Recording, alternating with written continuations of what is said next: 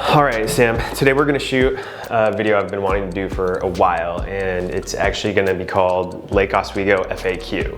It's a working title, we'll play with it a little bit, but basically, I always have clients coming in from out of town or even on the other side of town. They don't know anything about Lake Oswego, and so I'm usually like the first stop on that journey to get educated. It's hard when it's a COVID environment and you can't really drive people around and show them the neighborhoods. So I figured video is gonna be the best way to just give a 30,000 foot overview, go over some of like the top questions I get as a real estate agent in Lake Oswego. That's what I'm working on right now, just laying out all the details, kind of organizing my thoughts, run to a couple other appointments I have, and hopefully get as much as done on this video as we can.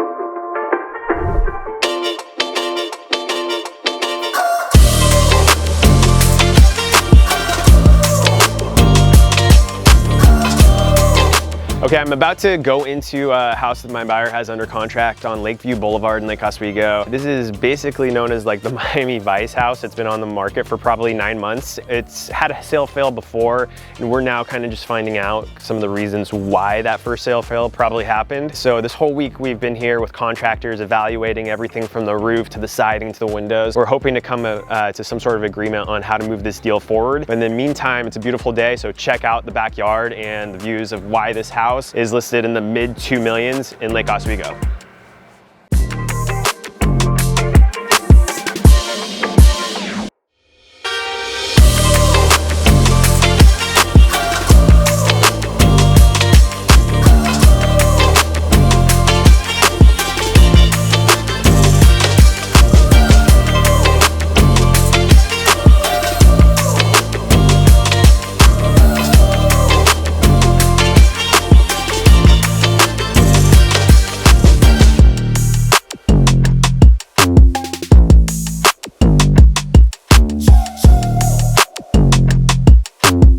Quick pit stop in one of my favorite lunch spots over on the east side. This is Reverend's Barbecue, and we're gonna chow down on some hopefully good barbecue in a minute here. As you can see, we're sitting outside, no indoor dining still in the Portland area, but hopefully that all changes soon. Until then though, this is not bad.